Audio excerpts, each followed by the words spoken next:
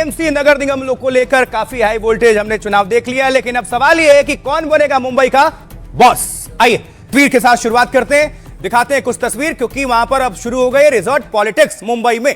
देखिए 5 star hotel में शिंदे के पार्षद, शिंदे के 8 पार्षद क्या खेला करेंगे, ये भी सवाल है। कुछ तस्वीर आपके सामने हम रख रहे हैं, ये देखिए बीएमसी पार्षदों से मुलाकात हुई देवेंद्र फडणवीस, मुख्यमंत्री महाराष्ट्र, जश्न की तस्वीर और जश्न का मौका।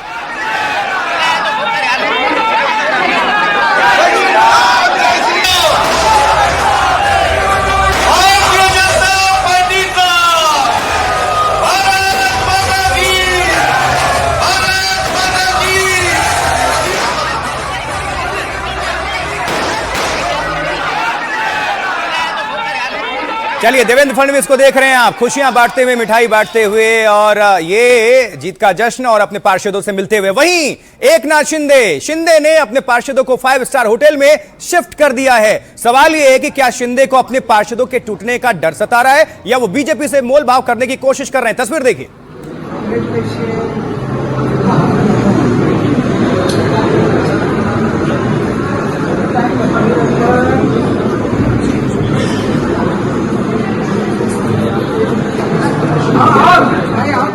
ये आपने देख ली, अब आगे बढ़ते हैं, एक और तस्वीर दिखाएंगे। दूसरी तरफ उद्धव ने बीएमसी में जीते अपने पार्षदों से मुलाकात की है। बीएमसी में हार के बाद उद्धव ने हार की वजह और आगे का प्लान भी बता दिया है, लेकिन ये भी तस्वीरें महत्वपूर्ण। ये विपक्ष की तरफ से दरअसल उद्धव ठाकरे की पार्टी ने ही चुनौती दी है, ये भी मानना पड़ेगा।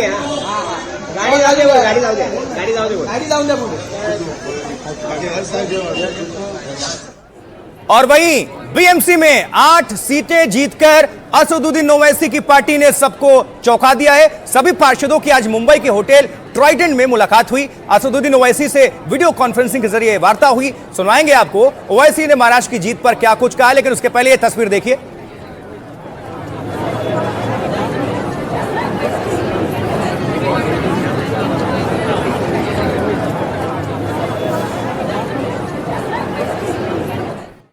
और एक और दिलचस्प तस्वीर, मनमोहक तस्वीर, क्योंकि जीत के बाद देवेंद्र फडणवीस का जोरदार स्वागत हुआ। कैसे घर जब पहुंचते हैं देवेंद्र फडणवीस, वहां तिलक लगाया गया। देखिए उनका परिवार इस वक्त मौजूद, ये देख रहे हैं उनकी पत्नी अमृता फडणवीस स्वागत करती हुई, परिजन मौजूद, बिटिया भी आएंगी।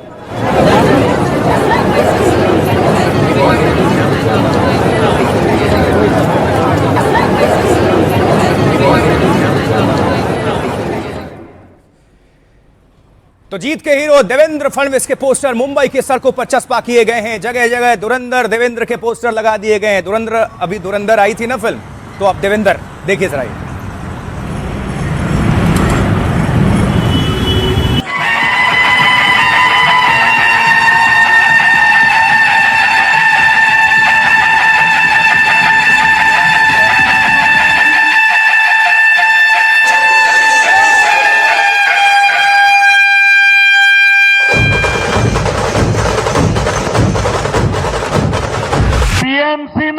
मुंबई में पहली बार बीजेपी को रिकॉर्ड विजय मिली है।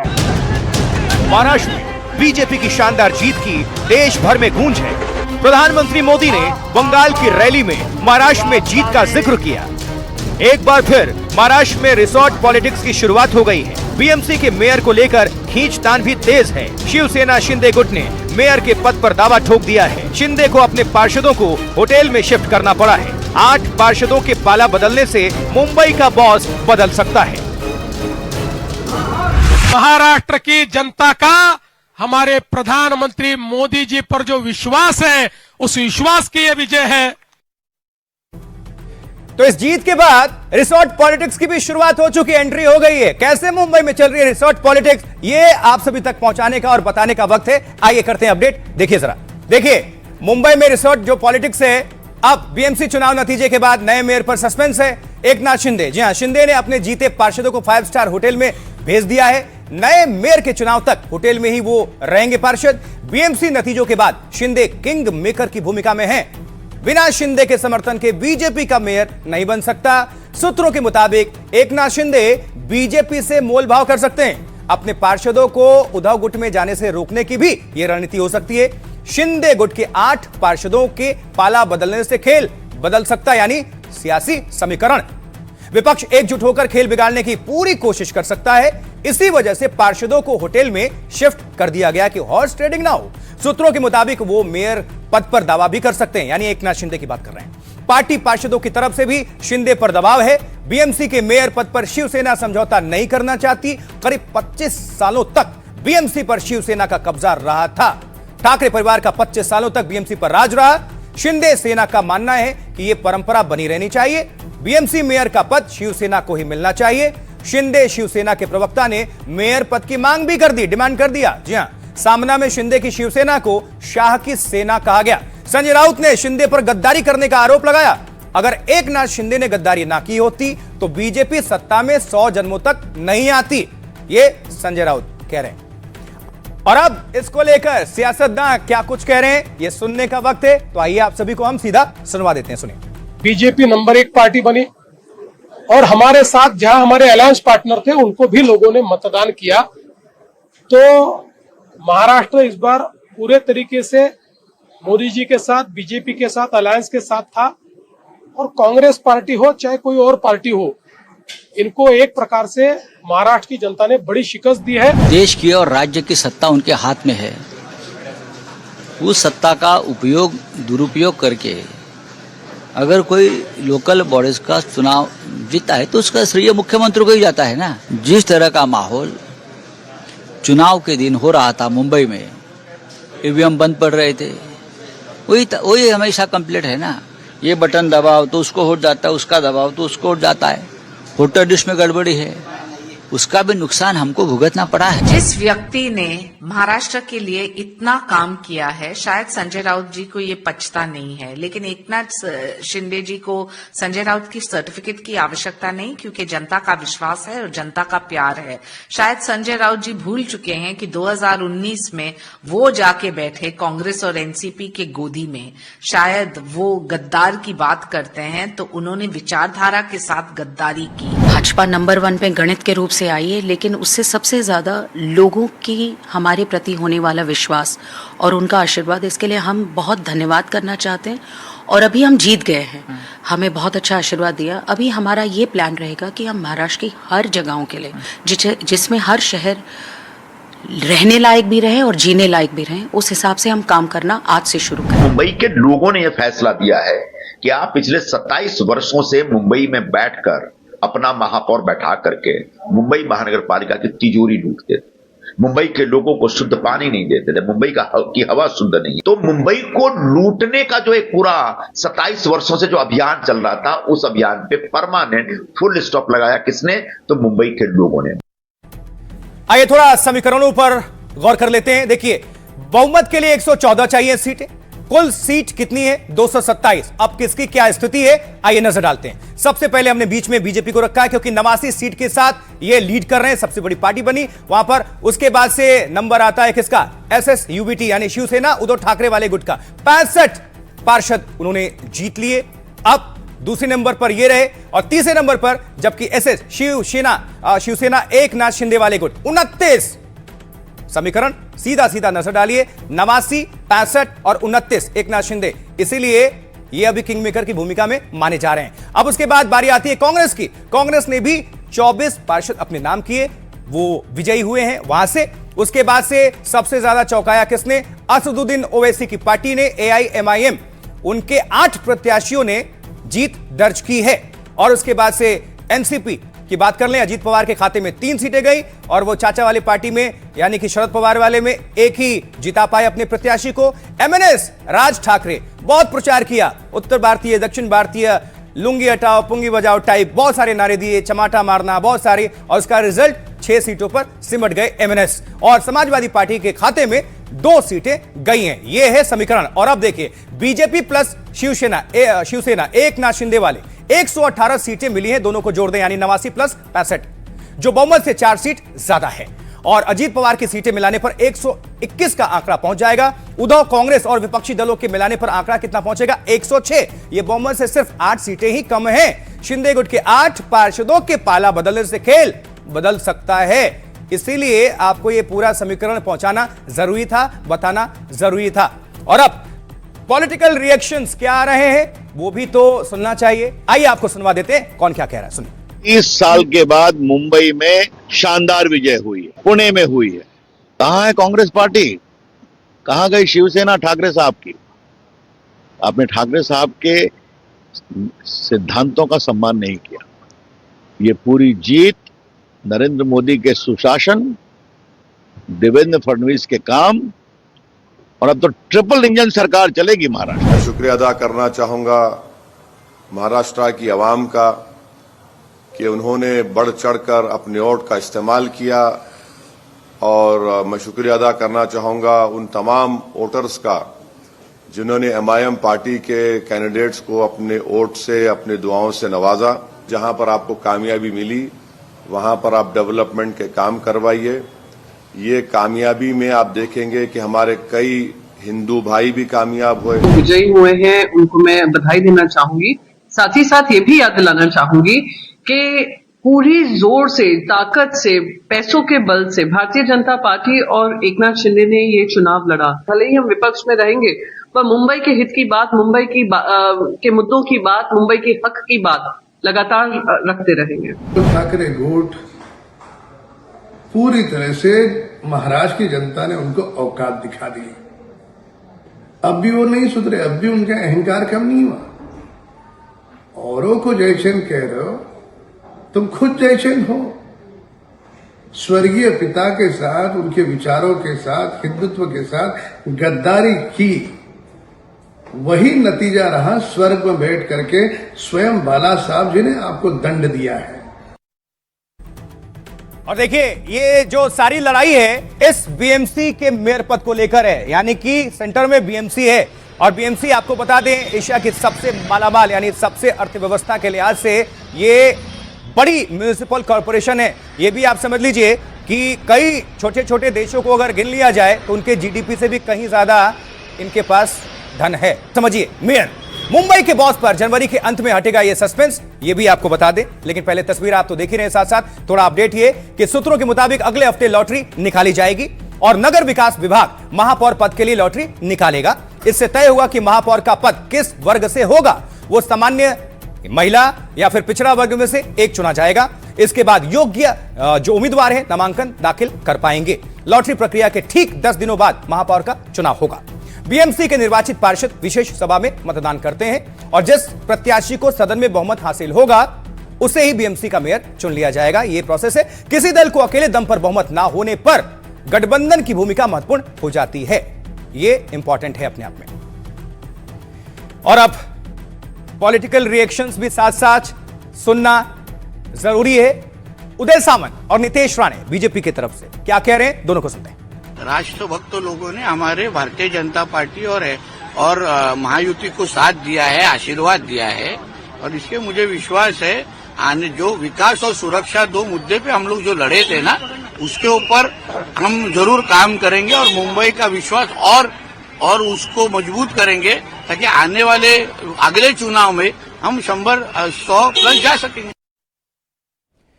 चलिए जल्दी से आगे बढ़ते हैं। देखिए मुंबई में बहुत हलचल तेज है। मेल मुलाकात का सिलसिला बहुत चल रहा है जोरों पर। फोन लाइंस खुले हुए हैं, घंटियां गनगना रही हैं फोन पर, चाहे लैंडलाइन पर।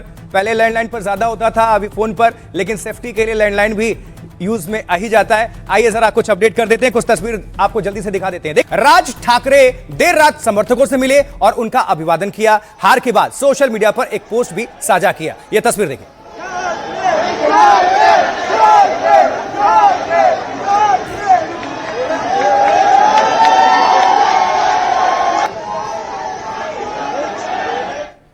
और एक आज की तस्वीर आपको दिखा देते हैं उद्धव ठाकरे की। उद्धव राज की दोस्ती का अब क्या होगा?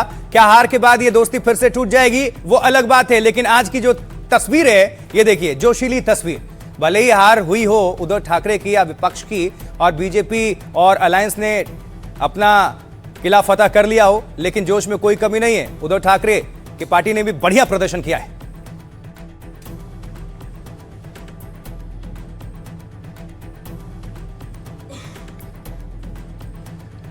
देखिए तो सवाल इसके साथ यह भी है कि उद्धव और राज का अब क्या होगा, यानी ठाकरे ब्रदर्स का। उद्धव ठाकरे बीएमसी में शिकस्त के बाद पार्षदों से मिले उद्धव मातोश्री में जीते हुए पार्षदों से उन्होंने मुलाकात की। बीएमसी में सत्ता गंवाने के बाद उद्धव का यह बयान भी सामने आया। कहते हैं सत्ता, पैसा और दबाव से लोग तोड़े जा सकते हैं। चुनाव में पार्टी की सफलता किसी चेहरे की वजह से नहीं, बल्कि उन जमीनी कार्यकर्ताओं की मेहनत का परिणाम है। विपरीत परिस्थितियों में भी पार्टी का साथ नहीं छोड़ा। मैं सिर्फ चेहरा हूं, असली वास्तुकार तो वो लोग हैं जो गली मोहल्लों में पार्टी के लिए खड़े रहे। उद्धव ने शिंदे और बीजेपी पर साथी निशाना साध दिया। उद्धव ने मुंबई में पार्टी का मेयर बनाने की इच्छा दोहराई। कार्यकर्ताओं से आगे की लड़ाई के लिए एकजुट रहने को कहा। और राज ठाकरे ने क्या कहा? उद्धव की तो बात हमने कर ली। राज ठाकरे कहते हैं चुनाव में करारी हार के बाद राज ने मराठी मानुष का जिक्र किया। राज ठाकरे ने सोशल मीडिया पोस्ट में कहा यह लड़ाई आसान नहीं थी, यह धन और सत्ता की शक्ति बनाम शिवसेना की शक्ति की लड़ाई थी। ऐसे संघर्ष में दोनों दलों के कार्यकर्ताओं ने जमकर मुकाबला किया। दुख की बात है कि एमएनएस को उम्मीद के मुताबिक सफलता नहीं मिली, लेकिन हम निराश होने वालों में से नहीं हैं। हमारे चुने हुए पार्षदों मराठियों की हितों की रक्षा करेंगे। किसी मराठी के साथ अत्याचार होगा तो हम किसी को छोड़ेंगे नहीं। मतलब हारने के बाद भी मराठी पर भी टिके हुए हैं, सबको साथ लेकर नहीं आ रहे हैं। इस बीच उद्धव ठाकरे ने कहा क्या है यह भी सुनना चाहिए हम सभी को। आइए जरा सुनवा देते हैं उद्धव ठाकरे की प्रतिक्रिया क्या है, क्या बयान दे रहे हैं, सुनिए। मुझे तो अपेक्षा थी कि जो भी काम हमने पिछले 25 साल में किया, खास कर कोविड के समय में किया, तो मुंबई के मतदाता हमारे साथ रहेंगे और वो रहे भी। बिल्कुल नहीं रहे ऐसे नहीं बात हुई है। और खास कर मराठी इलाका जो है, वहाँ के सारे मराठी जो जनता है वो हमारे साथ है ही। और साथ ही साथ कोई नॉन महाराष्ट्रियन भी है, अन्य धार्मिक भी है, वो भी हमारे साथ है। अपेक्षा तो और थी ही। अगर हमारे 100 भी आ जाते तो लगता अरे और 25 आने चाहिए थे। तो ये तो हमेशा रहेगी और रहनी चाहिए, इसलिए तो काम करना पड़ता है। और अगली तस्वीर आपको हम दिखाने जा रहे हैं महाराष्ट्र कैबिनेट की, क्योंकि महाराष्ट्र कैबिनेट की बैठक भी हुई। ये तस्वीरें आप देख पा रहे हैं, देखिए जरा। ये महाराष्ट्र कैबिनेट की बैठक, देवेंद्र फडणवीस इसकी अगुवाई करते हुए आपको नजर आ रहे हैं। देखिए तमाम जो मिनिस्टर्स हैं, मंत्री, वो भी पहुंचे।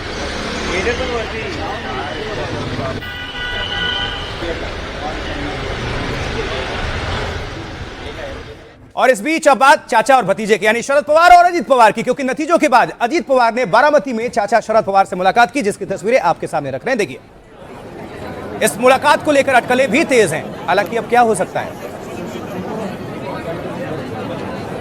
एक और किस्मत आजमा के देखी गई चाचा और भतीजे की तरफ से।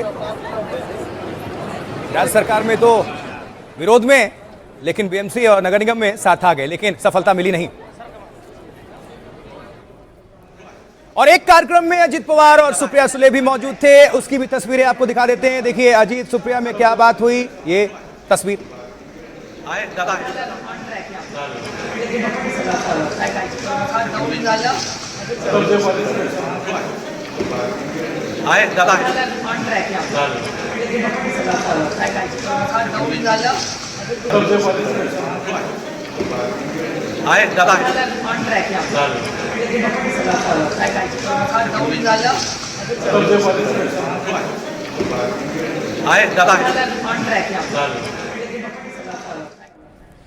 अब एक और आपको स्टोरी बता दूं इनसाइड। महाराष्ट्र कैबिनेट बैठक में शिंदे और अजीत गायब थे। ऐसा क्या हुआ और इसके मायने क्या है, हलचल क्या है, आइए जरा इस पर अपडेट करते हैं। कैबिनेट की बैठक हुई और इस बैठक से शिंदे और अजीत गायब हुए गए। कैबिनेट की बैठक में आपको बताएं, बीएमसी चुनाव परिणाम के बाद महाराष्ट्र कैबिनेट की बैठक आयोजित हुई और बैठक में दोनों डेप्यूटी सीएम नहीं पहुंचे। डेप्यूटी सीएम एकनाथ शिंदे मुंबई में ही मौजूद थे, जबकि लेकिन वो कैबिनेट की बैठक का हिस्सा नहीं बन पाए। और दूसरे डेप्यूटी सीएम अजीत पवार की बात कर लें तो अजीत पवार भी पुणे में मौजूद थे। अब सूत्र क्या बता रहे हैं, सूत्रों के मुताबिक परिणाम के बाद दोनों डेप्यूटी सीएम नाराज। अजीत पवार ने बारामती में चाचा शरद पवार से इस बीच मुलाकात कर ली। चुनाव नतीजों के बाद दोनों की मुलाकात अहम मानी जा रही है। एनसीपी के दोनों गुट चुनाव में खास कमाल नहीं दिखा सके हैं। बीएमसी में अजीत पवार के 3 पार्षद चुनकर आए हैं मात्र, तो शरद पवार गुट किसी तरह खाता खोल सका। अटकलें दोनों गुट के साथ आने की भी लगाई जा रही हैं। आजमाकर हालांकि देख भी लिया गया, फिर भी सफलता तो मिली नहीं। हालांकि अजीत पवार ने इससे इनकार किया है, किसी भी अटकलों से। लेकिन अब सियासत है, हार जीत है, तो प्रतिक्रियाएं भी हैं। एनसीपी के जो नेता हैं क्या कह रहे हैं, उनको सुनवाते हैं, सुनिए। उनका परफॉर्मेंस बहुत अच्छा रहा। जिस तरह से वो पार्टी को जोड़ तोड़ मरोड़ के लिया हुआ है, लेकिन फिर भी बहुत अच्छा परफॉर्मेंस उनका रहा है। और कांग्रेस और शिवसेना अगर और साथ में लड़ती तो और अच्छा रिजल्ट होता। सबको आत्मचिंतन करना पड़ेगा। हमेशा कोई भी जो एग्जाम के लिए बैठता है वो पास होने के लिए बैठता है। जिला परिषद पंचायत समिति का जो अभी स्थानिक स्वराज्य की इलेक्शन है, उस इलेक्शन के बारे में राष्ट्रवादी दोनों एक साथ में अगर इस चुनाव में आगे जाते हैं, उसके बारे में हम लोग चर्चा करने के लिए बैठे थे और उसमें हम लोग ने सहमति की है कि आगे जाके इस चुनाव में हम लोग एक साथ में जाके लड़ने वाले।